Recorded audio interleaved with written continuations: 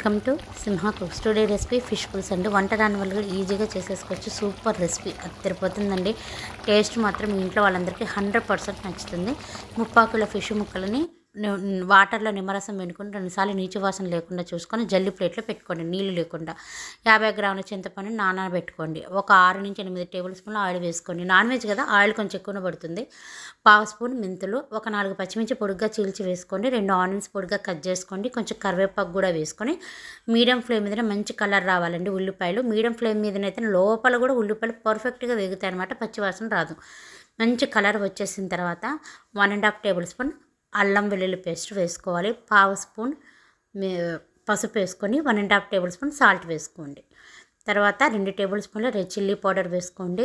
1 table spoon ధనియా powder వేసుకోండి. ఇప్పుడు ఫ్లేమ్ని కంప్లీట్గా సిమ్లో పెట్టి మంచి పచ్చి వాసన లేకుండా అల్లం వెల్లుల్లి పేస్ట్ బాగా వేయించుకోండి. నూనె పైకి తేలే విధంగా వేగిన తర్వాత ఇందాక నానబెట్టుకున్న చింతపండు నుంచి చిక్కటి చింతపండు గుజ్జుని తీసుకోండి.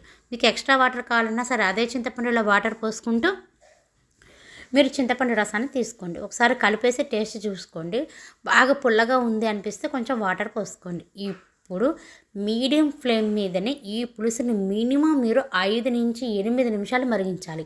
అప్పుడే ఆ ఫ్లేవర్స్ అన్నీ కూడా పులుసుకు పట్టి చాలా టేస్ట్గా ఉంటుంది.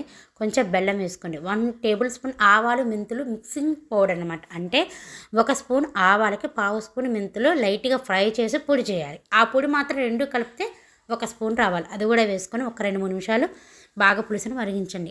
చాలా టేస్టీ ఉంటుందండి. ఆవాల మెంతుల పొడి వేస్తే సూపర్ ఉంటుంది. ఆయిల్ కొంచెం పక్కకు వచ్చేసిందండి, పులుసు మరిగింది. ఇప్పుడు ఫిష్ ముక్కలన్నీ కూడా వేసేసుకోండి. పెద్ద ముక్కలు ముందు వేసేసుకోండి, చిన్న చిన్న ముక్కలు తర్వాత వేసేసుకోండి. మన గంట అస్సలు పెట్టద్దండి. మనం ఇప్పుడు వీడియోలో చూపిస్తున్నట్టుగా గిన్నెను ఊపుకుంటూ ఎక్సైజ్ చేసుకోవాలన్నమాట. ఇప్పుడు హై ఫ్లేమ్ మీదనే ఒక 5-6 నిమిషాలు పులుసును బాగా మరిగించండి. పులుసు బాగా మరిగిపోయిన తర్వాత మీడియం ఫ్లేమ్ మీద మళ్ళీ ఒక 4-5 నిమిషాలు మరిగించండి. అంతే, ఇక 100% ముక్కలు ఉడికిపోతాయండి. అయితే గ్రేవీ దగ్గర పడిందో లేదో తెలియాలి అంటే గంటతో ఇట్లా పక్కకి ఇట్లా గ్రేవీని ఇట్లా చూసుకుంటూ ఉండండి. కొంచెం చిక్కబడింది అంటే అంతే చాలు. తర్వాత ఒక 6 నుంచి 8 లవంగాలు, ఒక 3 యాలక్కలు కచ్చపచ్చగా దంచి వేసుకోండి. అంతే, ఇదే మనం వేసే గరం మసాలా. అంటే వేరే ఎక్స్ట్రా గరం మసాలా ఏమి వేయట్లేదు. బాగా ఒకసారి ఇట్లా కలిపేసేసి స్టవ్ ఆఫ్ చేసేసి మూత పెట్టి 3 నుంచి 5 గంటలు మినిమం పక్క పెట్టండి. అంతే, ముక్క బాగా పీల్చుకుంటుందండి. చాలా టేస్టీగా ఉంటుంది. మీరు కూడా ఒకసారి ట్రై చేయండి. మరిన్ని వంటల కోసం ప్లీజ్ సబ్స్క్రైబ్.